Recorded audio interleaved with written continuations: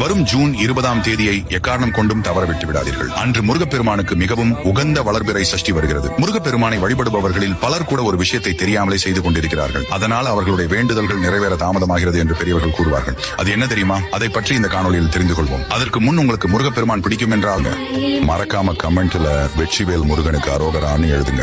நல்லதே நடக்கும். சேனலை சப்ஸ்கிரைப் மற்றும் ஃபாலோ செய்து வைத்துக் கொள்ளுங்கள். பொதுவாக சஷ்டி நாளில் பலரும் கோயிலுக்கு சென்று தீபம் ஏற்றி அர்ச்சனை செய்து தங்களுடைய வேண்டுதல்களை சொல்வார்கள். ஆனால் பலருக்கு தெரியாத ஒரு விஷயம் என்னவென்றால், முருகப்பெருமானை வழிபடும் போது நம்முடைய வேண்டுதலை மட்டும் சொல்லாமல் நமக்கு ஏற்கனவே கிடைத்திருக்கும் ஒரு நல்ல விஷயத்திற்காக நன்றி சொல்ல வேண்டும் என்று பழைய பக்தி மரபுகளில் கூறப்படுகிறது. அதனால் இந்த வளர்பிறை சஷ்டி நாளில் முருகனை தரிசிக்கும் போது எனக்கு இது வேண்டும் அது வேண்டும் என்று மட்டும் சொல்லாமல், இதுவரை என்னை காப்பாற்றியதற்கு நன்றி என்று ஒரு நிமிடம் சொல்லி பாருங்கள். பலருக்கும் இது சாதாரணமாக தோன்றலாம். ஆனால் நன்றியுணர்வுடன் செய்யப்படும் பிரார்த்தனை மனதை மாற்றும் என்று ஆன்மீக நூல்களிலும் கூறப்படுகிறது. அதன் பிறகு உங்கள் வேண்டுதலை முருகனிடம் மனதார சொல்லுங்கள். வேண்டுதலுக்கு முன் நன்றி. இதுதான் இந்த வளர்பிறை சஷ்டி நாளில் நீங்கள் மறக்க